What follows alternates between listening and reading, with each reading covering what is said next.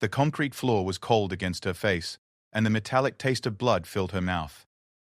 Sarah Martinez could hear their footsteps echoing through the empty aircraft hangar, growing fainter with each passing second. They thought she was unconscious. They thought she was broken. They were wrong. What they didn't know was that Sarah had been recording everything for the past 6 months. Every illegal shipment, every falsified document, every bribe that changed hands in the shadows of Meridian Aviation. The USB drive hidden in her jacket pocket contained enough evidence to bring down one of the largest aircraft maintenance corporations in the country, along with the government officials who had been protecting them. As the hangar door slammed shut, leaving her in darkness, Sarah knew her life had just changed forever. She wasn't just fighting for her survival anymore. She was about to become the most dangerous person these powerful men had ever encountered. Because sometimes, the person you leave for dead is the only one brave enough to tell the truth. This is the story of how a single mother and aircraft mechanic brought down a conspiracy that reached the highest levels of government, and how her courage to speak the truth cost her everything she thought she wanted, but gave her something far more valuable. Sarah Martinez wiped the grease from her hands with the worn blue rag that had become as much a part of her uniform as the coveralls she wore. The massive Boeing 737 towered above her in the Meridian Aviation hangar, its engines silent but soon to carry hundreds of passengers across the country. At 34, Sarah had spent nearly 15 years working on aircraft, and she could spot trouble from a mile away. Today, something felt different. The hangar buzzed with its usual activity. Mechanics moved around various aircraft like ants around their colonies, each person focused on their specific task. Sarah had always loved this environment. There was something pure about fixing things, about taking something broken and making it work perfectly again. It reminded her why she had chosen this career path, even when everyone told her it wasn't a job for women. "Martinez, you're needed in Section C," called out Tom Bradley, the floor supervisor. His voice carried across the hangar, with the authority of someone who had been giving orders for decades. Tom was a decent man, fair but firm, and Sarah respected him. He had given her opportunities when other supervisors wouldn't, and she had proven herself time and again. Sarah gathered her tools and walked towards Section C, where a smaller private jet sat waiting for its routine maintenance check. As she approached the aircraft, she noticed something unusual. There were men in expensive suits standing near the jet, talking in hushed tones with Marcus Webb, the hangar's senior manager. Sarah had seen Webb around but rarely spoke with him directly. He was the kind of man who wore his authority like an expensive watch, always visible and always impressive. She began her inspection of the aircraft's exterior, running her hands along the fuselage and checking for any signs of wear or damage. The jet was immaculate, almost too perfect for something that supposedly flew regular routes. As she worked, she couldn't help but overhear fragments of conversation between Webb and the suited men. "The shipment needs to be secured before the inspection," one of them was saying. His voice was smooth but carried an edge that made Sarah's instincts prickle. "Everything is handled," Webb replied. "The manifest shows standard cargo. No one will question it." Sarah tried to focus on her work, but the conversation continued to drift her way. She heard mentions of the senator's approval and customs clearance that didn't seem to match what should be routine maintenance discussions. When she moved to check the cargo hold, one of the suited men immediately stepped forward. "Ma'am, that area is off limits today," he said politely but firmly. "Security protocols." Sarah nodded and stepped back. But something about the interaction bothered her. In 15 years of working on aircraft, she had never been denied access to any part of a plane during a maintenance check. Security protocols were one thing, but this felt different. The man's eyes were cold, calculating, and he watched her every movement with the intensity of someone who had secrets to protect. She continued her exterior inspection, but her mind was racing. The conversation she had overheard, the restricted access, the pristine condition of an aircraft that supposedly flew regular routes. None of it added up. Sarah had developed a sixth sense for when something wasn't right, and every instinct she had was screaming warnings. Later that afternoon, Sarah found herself working on a different aircraft when she noticed the private jet being moved to a more secluded part of the hangar. She watched as several workers, none of whom she recognized, began loading cargo into the plane. The boxes they carried were unmarked and handled with extreme care.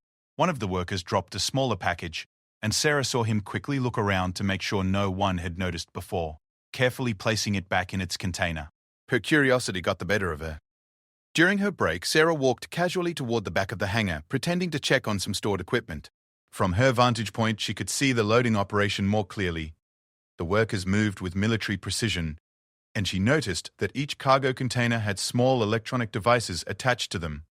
They looked like tracking devices, but more sophisticated than anything she had seen in commercial aviation. "Sarah, what are you doing back here?"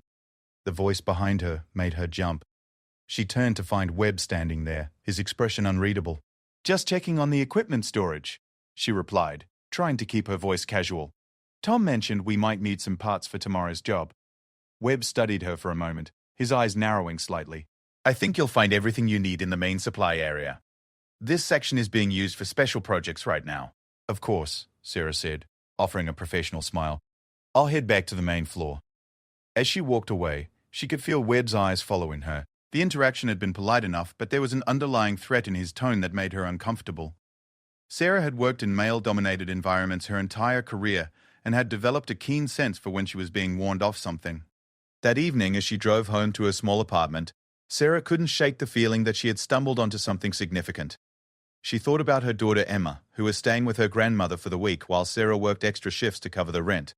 Everything she did was for Emma, to give her little girl opportunities that Sarah herself had never had. But the events of the day nagged at her. The mysterious cargo, the restricted access, Webb's warning. Sarah had always been someone who asked questions, who dug deeper when things didn't make sense. It had served her well as a mechanic, but she wondered if this time her curiosity might be leading her into dangerous territory. The next morning, Sarah arrived at work early, as was her habit. The hangar was quieter in the early hours, with only the security guard and a few maintenance workers present. As she prepared her tools for the day, she noticed that the private jet from yesterday was gone. She checked the departure logs, which showed the aircraft had left at 3 in the morning. Commercial flights rarely departed at such unusual hours. Throughout the day, Sarah found herself paying closer attention to the patterns around her. She noticed that certain aircraft received special treatment, with restricted access and cargo loading operations that seemed to bypass normal protocols. She observed that specific workers handled these aircraft, always the same faces, always working with the same quiet efficiency.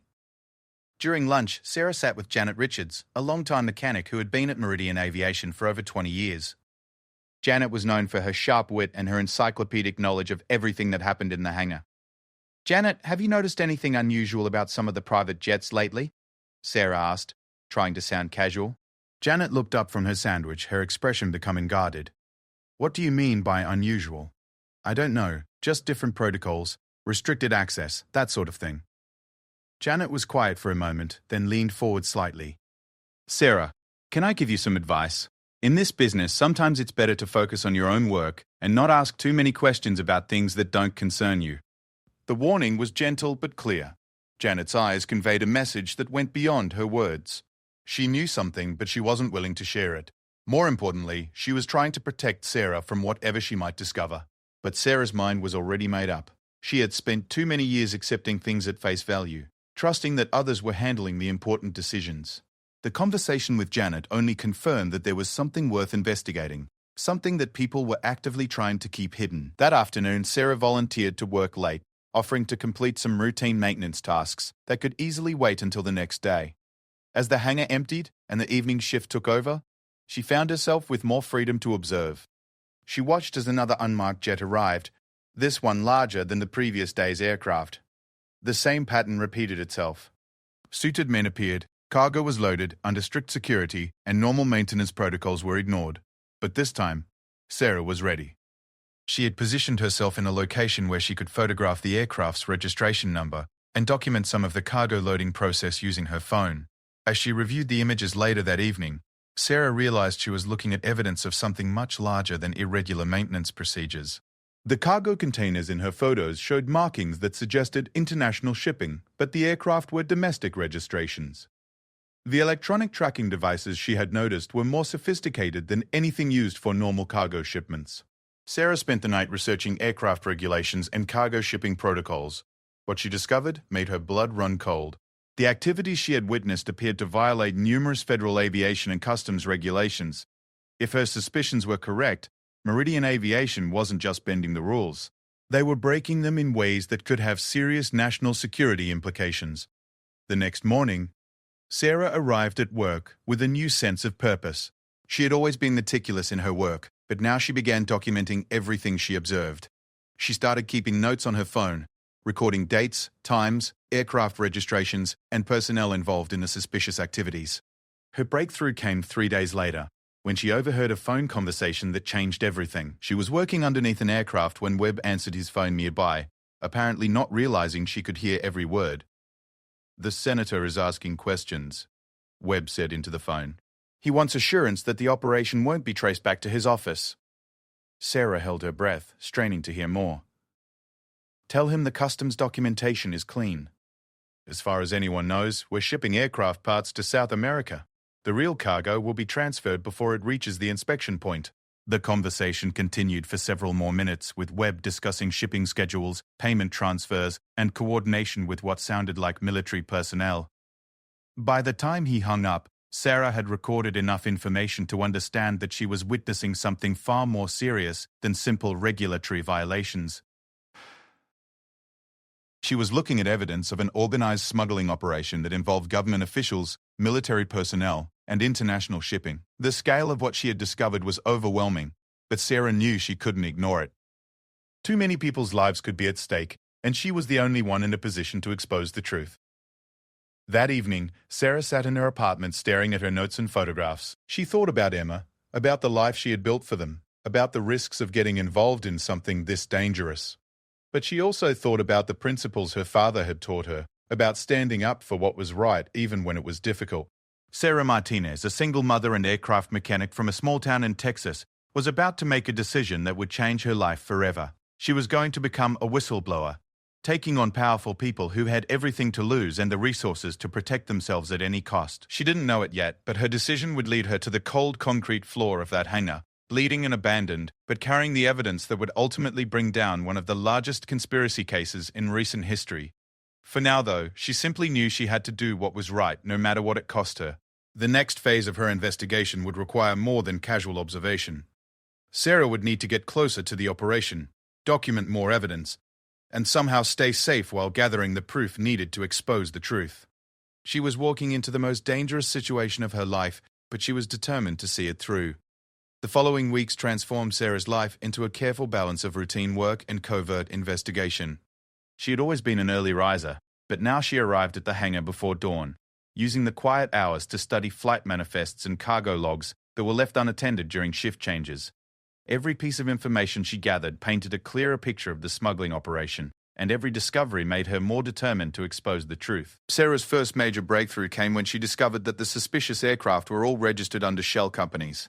Using her lunch breaks to research corporate filings at the local library, she found that these companies were owned by a complex web of holding corporations that ultimately traced back to offshore entities.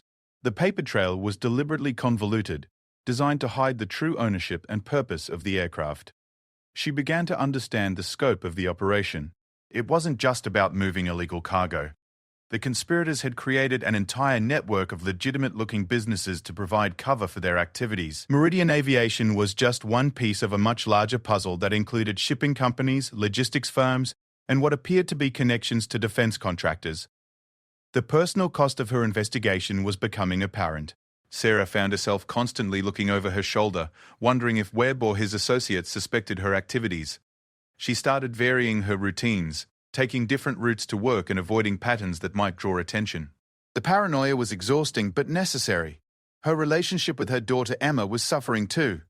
Sarah had always been present for Emma's school events and activities, but now she found herself distracted and anxious even during their time together.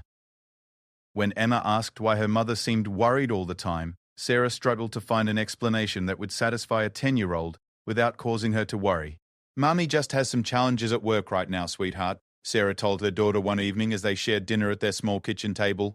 "But everything will be okay." Emma studied her mother's face with the intuitive wisdom that children sometimes possess. "Are you in trouble?" The question hit Sarah harder than she expected. She wasn't in trouble yet, but she was walking toward it with every passing day. "No, baby. Mommy is just trying to solve a difficult problem." 3 weeks into her investigation, Sarah discovered the shipping schedules. Hidden in a filing cabinet that was usually locked, she found documentation that showed the timing and destinations of the suspicious flights. The aircraft were making regular trips to Central and South America, always returning within 48 hours. The manifest documents showed agricultural equipment and aircraft parts going out, with return cargo listed as coffee beans and textiles. But Sarah's mechanical knowledge told her that the weight distributions didn't match the declared cargo.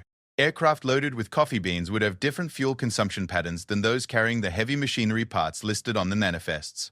The numbers didn't add up, and Sarah began to suspect that the real cargo was much more valuable and much more dangerous than agricultural equipment. Her suspicions were confirmed when she witnessed a late-night cargo transfer that was clearly designed to avoid detection. Working a double shift due to a colleague's illness, Sarah was in the hangar when an unmarked truck arrived at 2 in the morning. The cargo being loaded onto the aircraft was definitely not coffee beans or textiles. The containers were military-grade, handled with extreme care, and loaded by personnel wearing protective equipment. Sarah managed to photograph some of the containers, but the lighting was poor, and she had to maintain her distance to avoid detection. Still, the images clearly showed markings that suggested hazardous materials. She spent hours researching the symbols and codes visible in her photographs, eventually determining that the cargo containers were designed for transporting sensitive electronic equipment or potentially dangerous chemicals. The weight of what she was uncovering began to affect her sleep. Sarah found herself lying awake at night, wondering about the destinations of these shipments and their ultimate purpose. Were they supporting legitimate government operations, or was she documenting something much more sinister? The not knowing was almost worse than discovering the truth would be. Her investigation took a dangerous turn when she decided to follow one of the cargo trucks.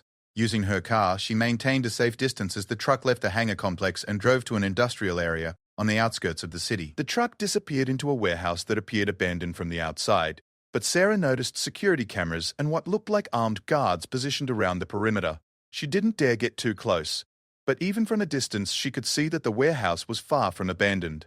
There was significant activity, with multiple vehicles coming and going throughout the night. Sarah documented everything she could from her vantage point, but she knew she was taking enormous risks. If she was discovered, there would be no way to explain her presence. The next day at work, Sarah noticed increased security around the hangar. New guards had been posted, and access to certain areas was more restricted than before. Webb seemed more on edge, and she caught him watching her on several occasions. The tension in the air was palpable, and Sarah wondered if her activities had somehow been detected. Her fears were confirmed during a routine maintenance briefing, when Webb announced new security protocols.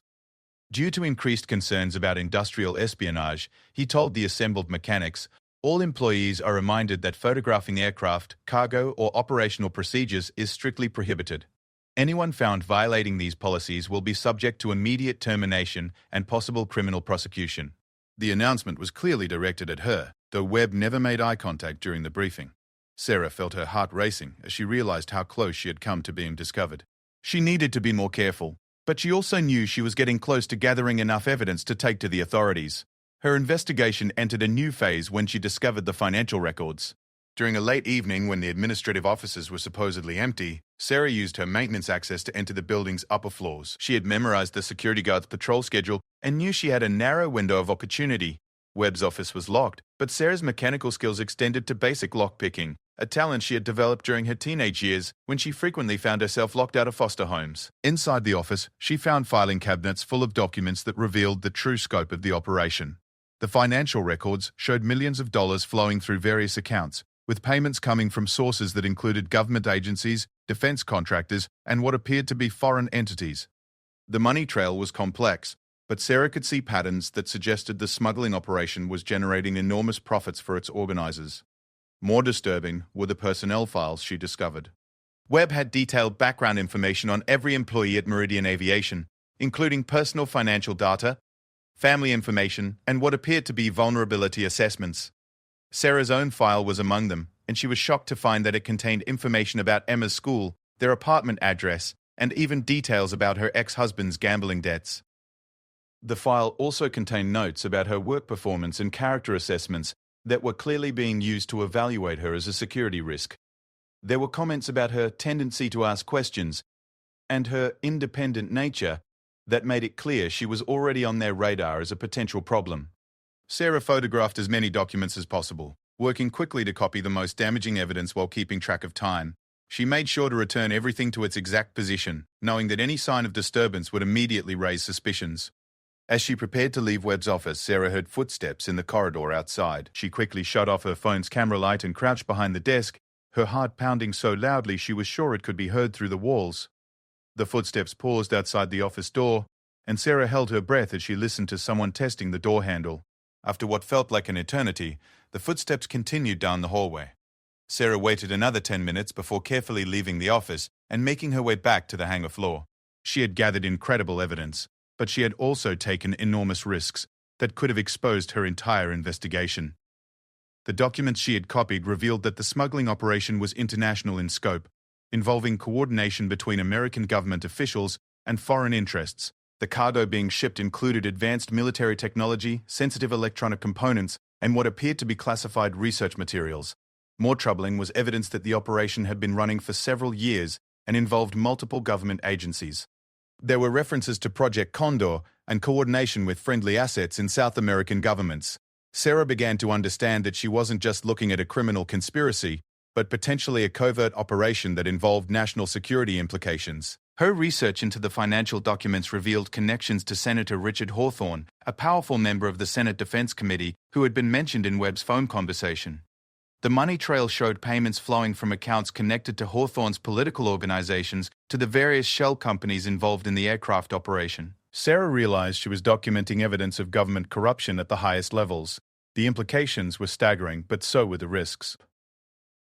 She was now in possession of information that could destroy careers, topple government officials, and potentially expose classified operations. The people involved had everything to lose and unlimited resources to protect themselves. The weight of her discovery began to affect every aspect of her life. Sarah found herself constantly checking her rearview mirror while driving, varying her daily routines, and even considering whether Emma would be safer staying with her grandmother indefinitely. The paranoia was no longer just a feeling, it was a necessary survival mechanism. She began making copies of all her evidence and storing them in multiple locations. One set was hidden in her apartment, another in a safety deposit box at a bank across town, and a third with a lawyer she had contacted about potentially becoming a whistleblower. She was preparing for the possibility that something might happen to her before she could bring the evidence to the authorities. The lawyer, Michael Chen, specialized in whistleblower protection cases. During their initial consultation, he had been both impressed and concerned by the scope of Sarah's evidence. "This is exactly the kind of case that can change everything," he told her, "but you need to understand the risks. These people will do whatever it takes to protect themselves." Chen advised Sarah to continue gathering evidence while they prepared a comprehensive package for the appropriate federal agencies. He also warned her about the realities of going up against powerful interests. Whistleblowers often face retaliation, job loss, and personal attacks. You need to be prepared for your life to change completely. As Sarah continued her investigation, she noticed changes in the operation that suggested increased security awareness. The cargo transfers became more sporadic and unpredictable. New personnel appeared who seemed more focused on security than logistics. Webb became increasingly paranoid, implementing new procedures that limited access to sensitive areas. Sarah adapted her methods, becoming more cautious and selective about when and how she gathered information. She developed new techniques for documenting evidence without being detected, including using her phone to record audio conversations from concealed positions and photographing documents during brief moments when they were left unattended. Her most significant discovery came when she overheard a conversation between Webb and a man she later identified as Colonel James Morrison, a high-ranking military officer attached to the Pentagon's procurement division. The conversation revealed that the operation was preparing for a major shipment that would occur during the following week. "This is the big one," Morrison told Webb. "If this shipment gets through without problems, the Senator's people are prepared to expand the operation significantly. We're talking about moving from monthly shipments to weekly schedules." Webb expressed concerns about security and the increased attention their activities might draw. "We've had some concerns about employee awareness. One of our mechanics has been asking questions and showing unusual interest in our special operations." Morrison's response was chilling. "Then perhaps it's time to address that concern directly. We can't afford any risks at this stage of the operation." Sarah realized that her investigation had been detected and that she was now in immediate danger. The men she was investigating weren't just criminals. They were powerful individuals with access to military resources and government protection. They had the means and motivation to eliminate any threat to their operation, and she had just become their primary target. The conversation also revealed the timeline for the major shipment, giving Sarah a narrow window to gather final evidence and get it to the authorities before the operation could be shut down or moved. She was running out of time, and the stakes had never been higher. That night, Sarah sat in her apartment reviewing all the evidence she had gathered. She had documented a conspiracy that reached from local aviation companies to the highest levels of government. She had financial records, shipping documents, audio recordings, and photographic evidence that could bring down everyone involved in the operation. But she also knew that her enemies were aware of her activities and were preparing to stop her. The next few days would determine whether she could expose the truth or whether she would become another casualty in a conspiracy that had already claimed too many lives. Sarah looked at a photograph of Emma that sat on her kitchen table and made her final decision. She would see this through, no matter what it cost her. The truth was too important to sacrifice for her personal safety, and too many people were depending on someone having the courage to speak up. Tomorrow, she would begin the most dangerous phase of her investigation, gathering the final pieces of evidence needed to bring down the conspiracy. She had no way of knowing that her enemies were already planning their response, or that her next trip to the hangar would end with her bleeding on the concrete floor, left for dead by people who thought they had finally silenced her. But Sarah Martinez had always been underestimated, and her enemies were about to discover that leaving her alive, even barely alive, was the biggest mistake they could have made. The morning of the major shipment arrived with an unusual stillness that made Sarah's nerves feel like exposed wires. She had barely slept, knowing that today would either provide the final evidence she needed or mark the end of her investigation entirely. The conversation between Webb and Colonel Morrison played repeatedly in her mind, particularly Morrison's ominous suggestion about addressing the security concern directly. Sarah arrived at work with her usual professional demeanor, but every sense was heightened. She noticed new faces among the security personnel, men who carried themselves with military bearing, and watched employees with calculating eyes. The atmosphere in the hangar felt different, charged with an underlying tension that made even routine conversation seem forced and unnatural. Webb appeared more agitated than usual, moving between different groups of workers with sharp, clipped instructions. He seemed to be coordinating multiple activities simultaneously, checking his phone constantly, and engaging in brief, hushed conversations with supervisors. Sarah recognized the signs of a major operation in progress, and she knew this was her chance to gather the most important evidence yet. The aircraft scheduled for the special shipment was larger than usual, a modified cargo plane that could carry substantial loads across international distances. Sarah volunteered to work on routine maintenance checks, positioning herself where she could observe the loading operations while maintaining her cover as a dedicated employee, focusing on her assigned tasks. As the morning progressed, Sarah noticed the arrival of several unmarked vehicles containing cargo containers that were clearly different from anything she had seen before. The containers were heavier, requiring specialized lifting equipment, and were handled by personnel wearing protective gear that suggested the contents were either valuable beyond measure or potentially dangerous. She managed to photograph some of the container markings, including serial numbers and handling instructions that were partially visible. The documentation protocols were more extensive than usual, with multiple layers of paperwork being completed and verified by different personnel. Sarah realized this was the shipment Morrison had described as the big one. During her lunch break, Sarah called Michael Chen, her lawyer, from a payphone several blocks away from the hangar. "It's happening today," she told him. "The major operation we discussed. I'm gathering final evidence, but I think they know I'm watching them." Chen's voice carried immediate concern. "Sarah, if you're in danger, you need to get out of there immediately. We have enough evidence to start the investigation process. Don't take unnecessary risks." "I need the shipping manifests and cargo documentation for this shipment," Sarah insisted. "Without that, we can prove there's a conspiracy, but we can't prove what they're actually shipping or where it's going. This could be my only chance to get that information." "Then get it and get out," Chen warned. "But if anything feels wrong, abort the mission and contact me immediately. These people have already shown they're willing to eliminate threats." Sarah returned to the hangar with renewed determination but increased caution. She had identified where the shipping documents were being processed, in a temporary office set up near the loading bay.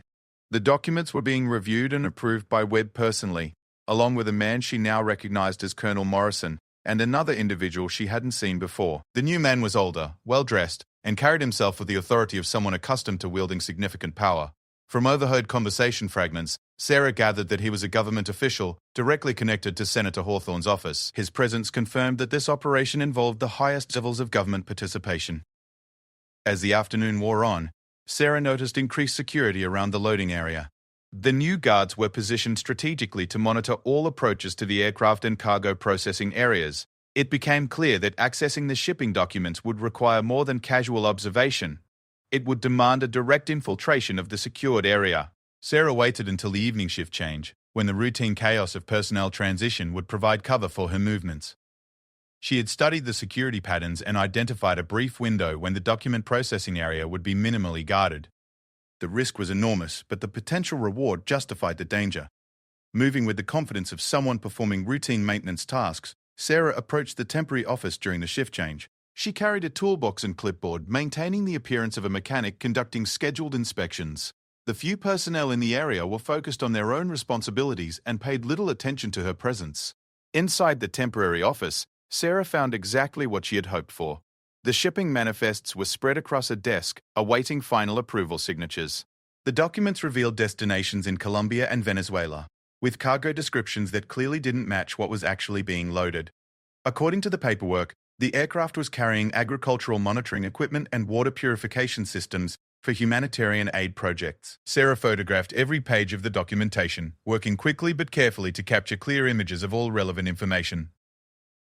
The manifest showed cargo weights that were consistent with heavy military equipment, not the humanitarian supplies listed in the official description. More importantly, the documents included routing information and contact details for receiving parties in South America. As she prepared to leave the office, Sarah heard voices approaching from outside. She quickly gathered her equipment and moved toward the exit, but realized that Webb and Morrison were walking directly toward the temporary office. There was no way to leave without being seen, so Sarah positioned herself behind a filing cabinet and hoped they would conduct their business quickly. The conversation that followed provided Sarah with more evidence than she had dared hope for, but also revealed the immediate danger she was facing. Webb and Morrison entered the office with the government official, whose name Sarah learned was Deputy Secretary Robert Kessler. "The shipping manifests are clean," Webb reported. "Customs has already provided preliminary clearance based on the humanitarian aid classification. The aircraft will depart at midnight to avoid commercial traffic complications." Morrison reviewed the documents briefly before responding. "Excellent. The buyers are expecting delivery within 72 hours. This shipment will provide the funding we need to expand operations significantly." Kessler's voice carried the authority of someone accustomed to making decisions that affected thousands of lives. Senator Hawthorne wants personal confirmation that the operation is proceeding without complications. He's particularly concerned about security leaks. The conversation that followed chilled Sarah to the bone. Webb detailed his concerns about employee surveillance and his belief that someone had been gathering information about their activities. Morrison's response was immediate and terrifying. "We've identified the security risk," Morrison stated matter-of-factly. Sarah Martinez, a mechanic who has been displaying unusual interest in our special operations. She's been conducting surveillance activities and gathering documentation of our activities. Sarah's blood turned to ice as she realized they knew not only about her investigation, but apparently had been monitoring her activities for some time. She pressed herself deeper into her hiding place, barely breathing as the conversation continued. Kessler's response was chilling in its casual brutality. "Then the problem needs to be resolved tonight, before the shipment departs. We cannot afford any loose ends at this stage of the operation." Webb sounded nervous as he replied, "How do you want us to handle the situation? Martinez has a daughter, and her disappearance would attract attention." Morrison's voice was cold and professional.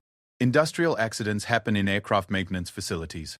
Unfortunate, but not uncommon. The important thing is ensuring that any evidence she may have gathered disappears with her." Sarah realized she was listening to her own death sentence being planned with the same casual efficiency that these men used to coordinate their smuggling operations. They weren't just criminals.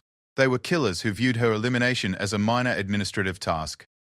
The conversation continued with Morrison outlining specific plans for staging her death to look like an accident. They would wait until the late shift when fewer witnesses would be present, then create a scenario where she would be found dead from what appeared to be a workplace injury. Her personal effects would be searched, and any evidence she had gathered would be destroyed. Kessler added a final, terrifying detail. "Make sure her home, and any other locations where she might have stored evidence, are thoroughly searched. Use whatever resources are necessary, but ensure that any documentation of our activities is completely eliminated." Sarah understood that they weren't just planning to kill her. They were preparing to erase any trace of her investigation. They would search her apartment, her safety deposit box, and potentially threaten anyone she might have contacted. The scope of their resources and their willingness to use violence was far beyond what she had imagined. The three men continued their planning session, discussing timing, personnel assignments, and cleanup procedures with the detached efficiency of military planners organizing a routine operation. Sarah remained hidden, gathering evidence of their intentions while fighting the overwhelming urge to flee immediately. When the men finally left the office, Sarah waited several minutes before emerging from her hiding place. She was shaking with adrenaline and terror, but she forced herself to think clearly about her next steps. She had gathered incredible evidence, but she was now in immediate mortal danger. Sarah checked her phone and realized she had successfully recorded the entire conversation between Webb, Morrison, and Kessler. The audio evidence clearly documented their plans to murder her and eliminate evidence of their smuggling operation. More importantly, it revealed the scope of government involvement and provided names and details that would be crucial for any investigation. But the immediate priority was survival. Sarah knew she had to get out of the hangar immediately and find a safe location before Morrison's people could implement their plan. She also needed to ensure that the evidence she had gathered would survive even if she didn't. Moving carefully through the hangar, Sarah made her way toward the exit while maintaining her cover as a routine maintenance worker. The security guards seemed more alert than usual, but they didn't appear to be specifically watching for her yet. She realized that the assassination plan was scheduled for later in the evening, giving her a narrow window of opportunity. Sarah reached her car and drove away from the hangar complex with forced casualness, resisting the urge to speed or show any signs of panic. She needed to reach a safe location where she could contact Michael Chen and transfer all her evidence to secure storage.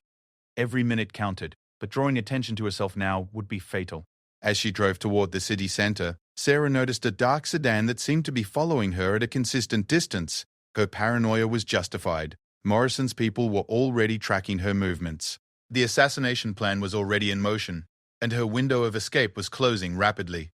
Sarah made several turns to confirm she was being followed, then began implementing evasive maneuvers she had learned from years of living in dangerous neighborhoods.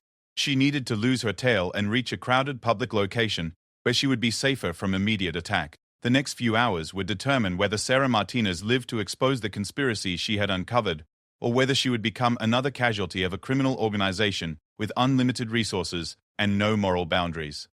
The evidence she carried could bring down everyone involved in the operation, but only if she survived long enough to get it to the authorities.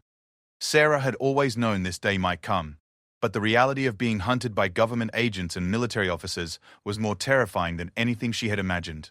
Still, she was determined to see her mission through. The truth was too important to die with her, and she would do whatever it took to ensure that her evidence reached the right people. The chase had begun, and Sarah Martinez was running for her life with the future of a major government conspiracy hanging in the balance. She had gathered the evidence needed to expose the truth, but now she had to survive long enough to use it.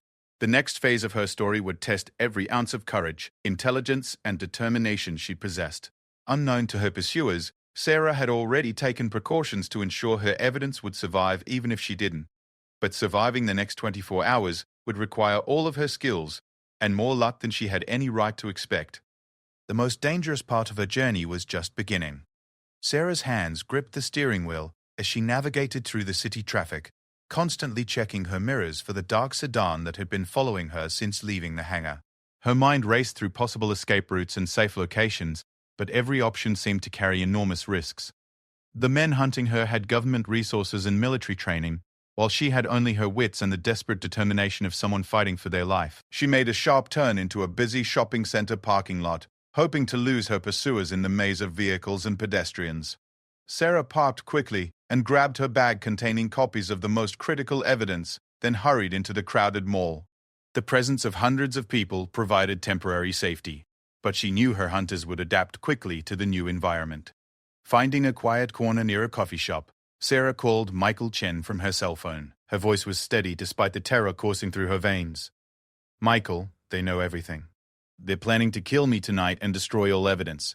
I just recorded their entire assassination plan, but I'm being followed right now." Chen's response was immediate and professional. "Where are you?" "I'm calling the FBI right now. We need to get you into protective custody immediately. I'm at Westfield Shopping Center, but they'll find me soon. I've got audio recordings of government officials planning my murder and discussing a major weapons smuggling operation. This goes all the way to Senator Hawthorne. Stay in public areas with lots of people," Chen instructed. I'm contacting Agent Rebecca Torres at the FBI field office. She specializes in government corruption cases and can provide immediate protection. Can you get to the federal building downtown? Sarah considered the route and the risks involved. I think so, but they're tracking me somehow. Maybe my phone, maybe my car. I need to assume they can monitor my movements. Then, we need to be smart about this. I'll arrange a meeting with Agent Torres in exactly 2 hours at the federal building's main entrance. That gives her time to prepare a protective detail. In the meantime, stay mobile and stay visible. Don't go anywhere isolated.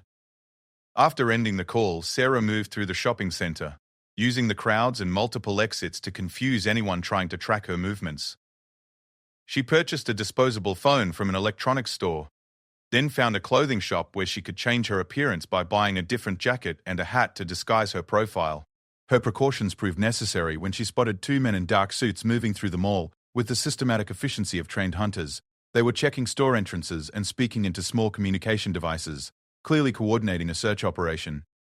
Sarah recognized one of them as a security guard from the hangar, who had always seemed more military than civilian. She evaded the searchers by joining a group of teenagers leaving the mall, using their energy and numbers to mask her presence until she reached a different exit. Sarah then walked several blocks before calling a taxi, giving the driver an address near the federal building, but not the exact location. Every decision was calculated to make tracking more difficult while moving her towards safety. The 2-hour window gave Sarah time to transfer her evidence to multiple secure locations. She uploaded copies of all her photographs and audio recordings to a cloud storage service, then used the mall's business center to print additional copies of the most critical documents. She placed these copies in separate envelopes and mailed them to different addresses, including one to a local newspaper reporter who specialized in investigative journalism. Sarah's preparation was interrupted when she received a call on her original phone. The caller ID showed it was from the hangar, but the voice that answered was not one she recognized.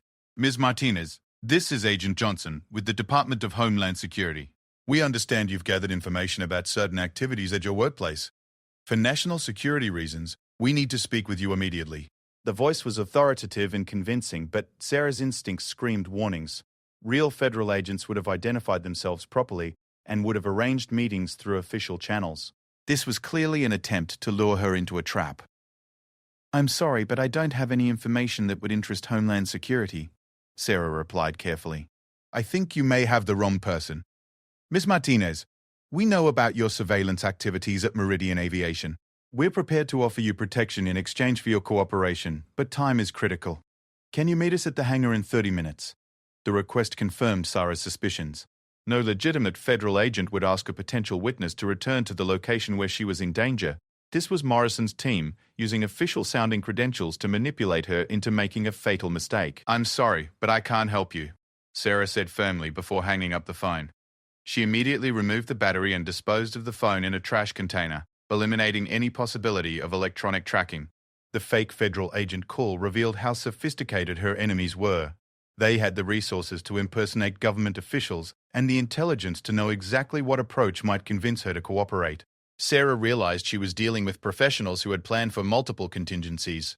As evening approached, Sarah made her way toward the federal building, using a circuitous route that included multiple public transportation changes and walking segments through crowded areas. She maintained constant surveillance awareness, checking for followers and planning escape routes at every stage of her journey. Her caution was justified when she noticed the same dark sedan from earlier parked near a bus stop she had planned to use. The occupants were attempting to look casual, but their positioning and alertness marked them as surveillance operatives. Sarah adjusted her route immediately, using her knowledge of the city's layout to avoid the observation point while still moving toward her destination. The federal building came into view as the sun was setting, its imposing structure representing safety and the rule of law that Sarah desperately needed. She approached the main entrance carefully, scanning for any signs of her pursuers or unusual activity that might indicate a trap. Agent Rebecca Torres was waiting at the designated meeting point, identifiable by the description Michael Chen had provided. She was a woman in her 40s, with the bearing of someone accustomed to handling dangerous situations. When Sarah approached, Torres immediately guided her away from the public entrance toward a more secure location. Ms. Martinez, I'm Agent Torres. Your lawyer briefed me on the situation. We need to get you somewhere safe immediately, so you can provide a full debriefing about what you've discovered. Torres led Sarah through a series of security checkpoints into the federal building's interior, where they were joined by 2 additional agents who formed a protective detail. The presence of law enforcement professionals provided Sarah's first sense of safety since discovering the conspiracy against her. In a secure conference room, Sarah began the process of sharing everything she had learned about the smuggling operation.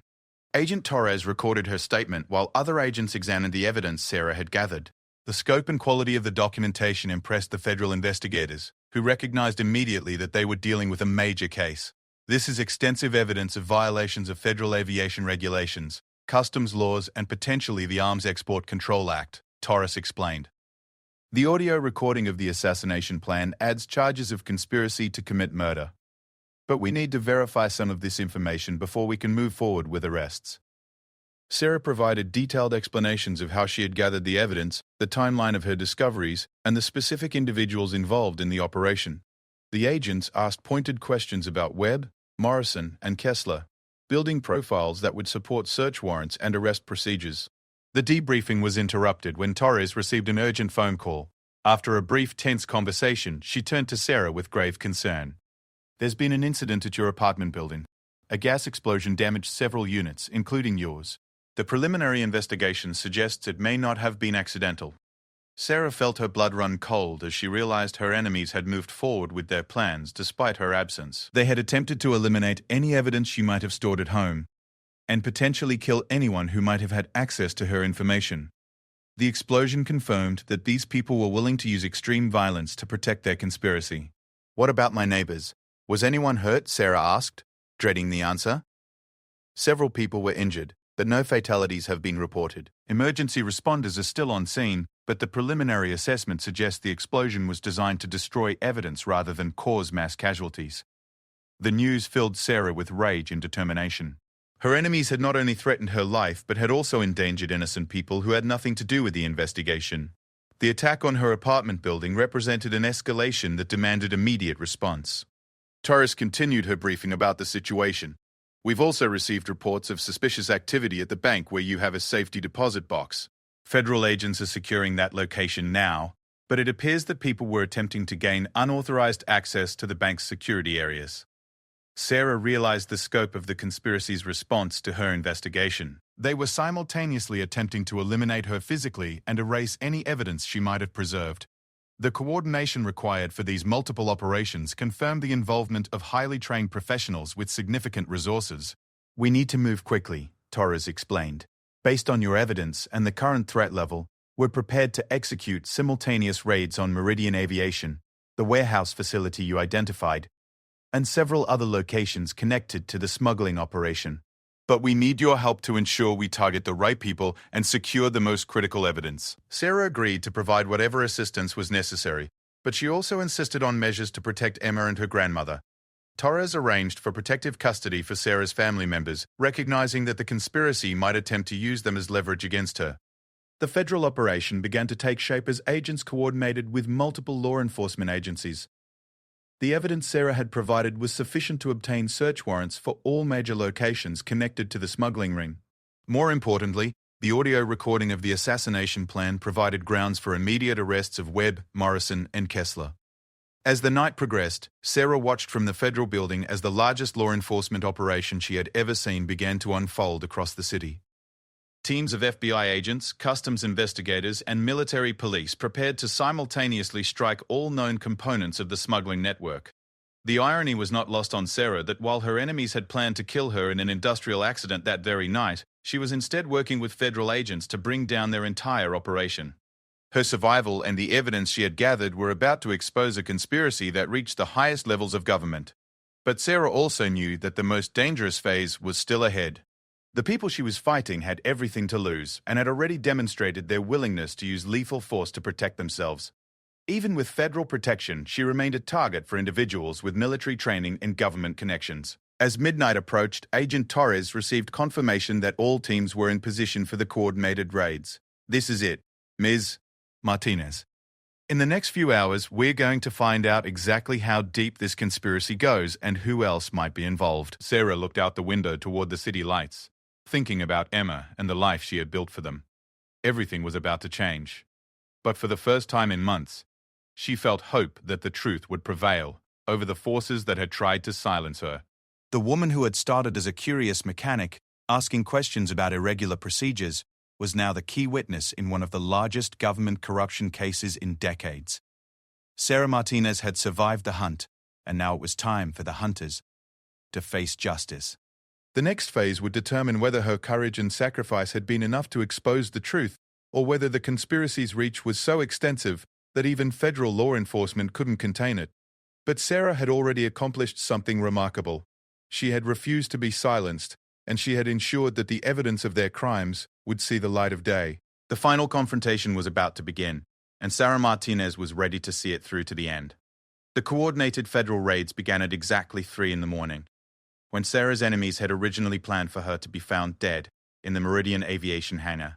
Instead, FBI agents stormed through the facility with search warrants and arrest orders, documenting evidence of the largest arms smuggling operation in the agency's recent history.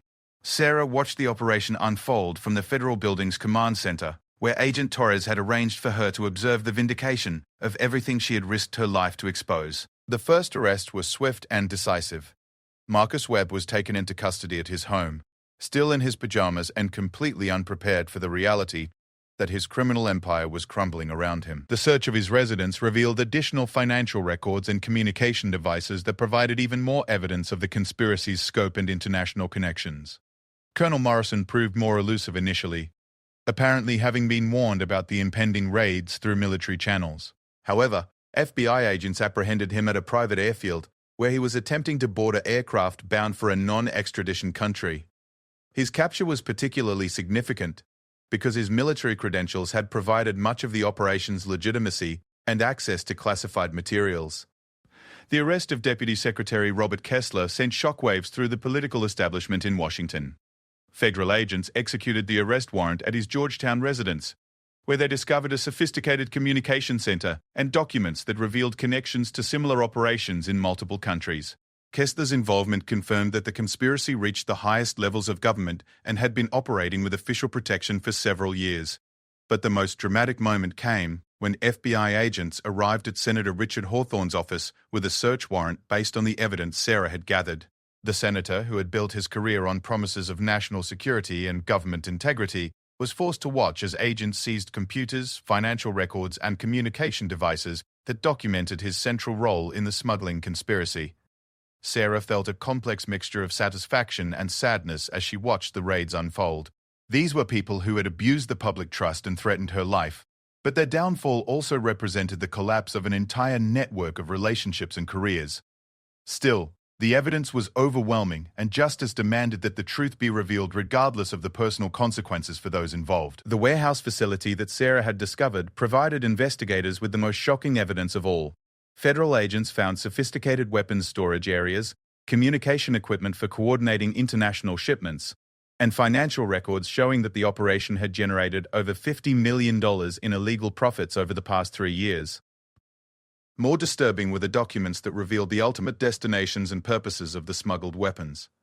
The equipment was being sold to paramilitary groups in South America, some of which were actively involved in drug trafficking and political violence. The conspiracy had not only violated American laws, but had also contributed to instability and violence in other countries. The aircraft at Meridian Aviation yielded additional evidence when investigators discovered hidden compartments that had been specially constructed to conceal weapons and sensitive technology during routine inspections. The sophistication of the concealment methods indicated that the operation had been planned and implemented by individuals with extensive knowledge of aviation security protocols and customs procedures. As dawn broke over the city, Agent Torres briefed Sarah on the preliminary results of the raids. "We've arrested 12 individuals directly involved in the smuggling operation, and we expect more arrests as we process the evidence we've seized. The financial investigation alone is going to take months to complete, but we already have enough evidence to ensure that the major players face significant prison sentences." Sarah felt a sense of relief that surprised her with its intensity. For months she had carried the burden of knowledge about the conspiracy, while facing constant danger and uncertainty. The successful raids meant that the evidence she had risked everything to gather was finally being used to hold the criminals accountable for their actions. The media attention began almost immediately.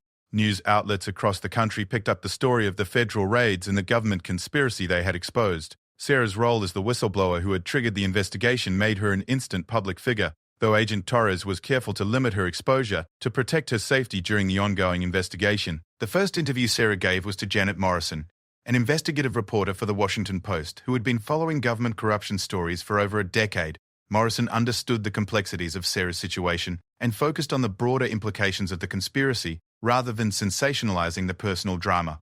"What made you decide to risk everything to expose this conspiracy?" Morrison asked during their carefully controlled interview at the federal building. Sarah considered the question carefully before responding. "I think it came down to the simple fact that what I was seeing was wrong, and I was the only person in a position to do something about it. I kept thinking about my daughter and the kind of world I wanted her to grow up in. I couldn't just pretend I hadn't seen what these people were doing." The interview revealed Sarah's fundamental decency and courage, qualities that resonated with the public and helped frame the story as one of ordinary citizens standing up against corruption and abuse of power. The response from readers and viewers was overwhelmingly supportive, with many people expressing admiration for her willingness to risk her safety to expose the truth. The legal proceedings that followed were complex and lengthy, involving multiple federal agencies and international cooperation with law enforcement agencies in South America. Sarah testified before grand juries, congressional committees, and eventually in the criminal trials of the conspiracy's participants. Her testimony was crucial in securing convictions against all the major figures in the operation. Webb received a sentence of 25 years in federal prison for his role in organizing and managing the smuggling network. Morrison was court-martialed by the military in addition to facing federal criminal charges, resulting in his dismissal from service and a 30-year prison sentence. The political consequences were equally dramatic. Deputy Secretary Kessler was sentenced to 15 years in prison and faced additional civil penalties that stripped him of his government pension and benefits. His conviction sent a clear message about the consequences of using government positions to facilitate criminal activities. Senator Hawthorne faced the most complex legal and political challenges. The evidence of his involvement was substantial, but his high profile and political connections made his prosecution particularly sensitive. Ultimately, he accepted a plea agreement that resulted in his resignation from the Senate, the forfeiture of millions of dollars in illegal profits, and a 12-year prison sentence. The plea agreement was controversial, with many people arguing that Hawthorne deserved harsher punishment for his central role in the conspiracy. However, federal prosecutors believed the agreement was necessary to secure his cooperation in exposing other potentially related operations and to avoid a lengthy trial that might allow other conspirators to escape justice. For Sarah, the legal proceedings represented both vindication and continued trauma. Testifying about her experiences required her to relive the fear and danger she had faced, and the defense attorney's attempts to discredit her testimony were often personal and cruel. However, the strength of her evidence and the consistency of her statements ultimately prevailed over all attempts to undermine her credibility. The congressional investigation that followed revealed systemic problems in government oversight of defense contractors and international arms shipments. Sarah's testimony before the Senate Armed Services Committee was broadcast live and watched by millions of Americans who were shocked by the scope of the conspiracy she had exposed. The system failed because people in positions of trust decided that their personal profit was more important than their duty to protect American national security. Sarah told the senators, "This wasn't just about money. These people were willing to arm dangerous groups in other countries and threaten anyone who tried to stop them." Her appearance before Congress established Sarah as a powerful advocate for government transparency and accountability. She used her platform to call for stronger protections for whistleblowers and more effective oversight of defense contractors and government officials with access to sensitive information and resources. The personal cost of her courage was significant but manageable, with the support systems that emerged around her. The FBI's victim compensation program helped cover her living expenses during the lengthy legal proceedings, and she received financial support from several organizations that advocate for whistleblower rights. More importantly, the public response to her story included job offers from companies that valued her integrity and mechanical expertise. Sarah ultimately accepted a position with an aerospace manufacturer that specialized in commercial aircraft maintenance, where she could use her skills in an environment free from the corruption she had encountered at Meridian Aviation. Emma adapted well to their new life, proud of her mother's courage but also relieved to have their family life return to some semblance of normalcy. The protective custody measures were gradually reduced as the immediate threats were neutralized through arrests and prosecutions. Sarah's relationship with Michael Chen evolved from attorney-client to a genuine friendship based on shared values and mutual respect. Chen continued to represent whistleblowers in other cases, often using Sarah's story as an example of how individuals can make a difference when they have the courage to speak the truth about powerful institutions. The warehouse facility that had served as a conspiracy's operational center was converted into a federal evidence storage facility, a fitting transformation that symbolized the triumph of law enforcement over organized crime. The Meridian Aviation hangar was thoroughly investigated and eventually sold to a legitimate maintenance company that implemented strict oversight procedures to prevent similar abuses. 2 years after the arrests, Sarah was invited to speak at the graduation ceremony for a new class of FBI agents. Her message focused on the importance of supporting people who report wrongdoing and the responsibility of law enforcement to protect those who risk their safety to expose the truth. Courage isn't the absence of fear, she told the new agents. It's doing what's right even when you're afraid. The people who commit crimes in positions of trust are counting on everyone else being too scared or too comfortable to challenge them. When someone does find the courage to speak up, it's law enforcement's job to make sure they're protected and that their information is used effectively. The speech was widely quoted and helped establish Sarah as a respected voice on issues of government accountability and corporate responsibility. She used her public platform carefully, focusing on systemic reforms rather than partisan politics, and always emphasizing the importance of ordinary citizens taking responsibility for protecting democratic institutions.